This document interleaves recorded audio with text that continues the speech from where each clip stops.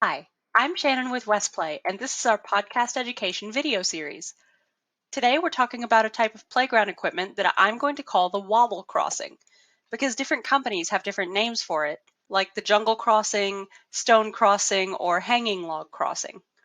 This is a type of pathway that has stepping blocks or stones or platforms suspended from above so that they have kind of a swinging element to them. But they're also anchored underneath so that each stepping block has a pretty limited radius of wobble. I don't think these were too common when I was a kid, but I really wish they had been because it looks really challenging and really fun. Wobble crossings do come in different materials and sizes. These two here in the middle and left of the screen are great for older kids, while this one on the right is the preschool size. You can see that the preschool one is shorter and they're anchored much closer to the ground for a lower stepping height and lower fall height, as well as a smaller radius of movement. So let's get right to the developmental benefits of the wobble crossing.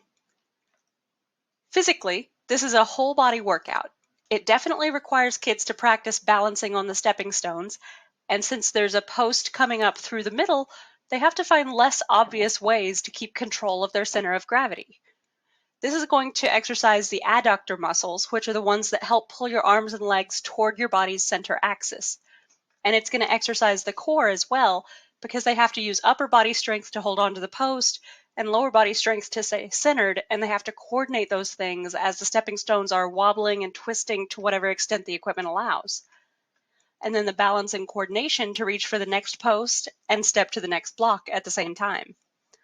So for gross motor skills, that's coordination, core strength, and muscle strength. In terms of fine motor skills, kids are going to need the hand-eye coordination to reach and grasp the next post, as well as the hand coordination to close their fingers around it and the strength to hold on.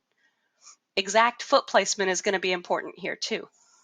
Cognitively, they have to figure out how to keep still enough to aim for the next block. And older kids may even be able to grasp the physics of why the block swings this way when they put their foot here, or why they spin that way when they shift their weight there. This incorporates some problem solving as well as a physics lesson for those kinesthetics learners. Imagination comes into play with any games they dream up to play on and around this, like the floor is lava or swing through the jungle like Tarzan. Socially, kids are going to love watching each other try, and they're going to love showing off for their friends when they finally make it across.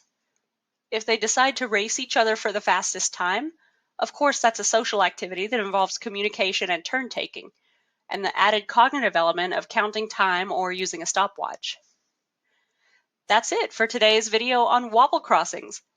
Thanks for watching, and if you'd like more information on suspended stepping stone crossings or other types of playground equipment, or if you have questions or comments about playgrounds in general, you can reach us at info@westplay.ca or 604-424-4168.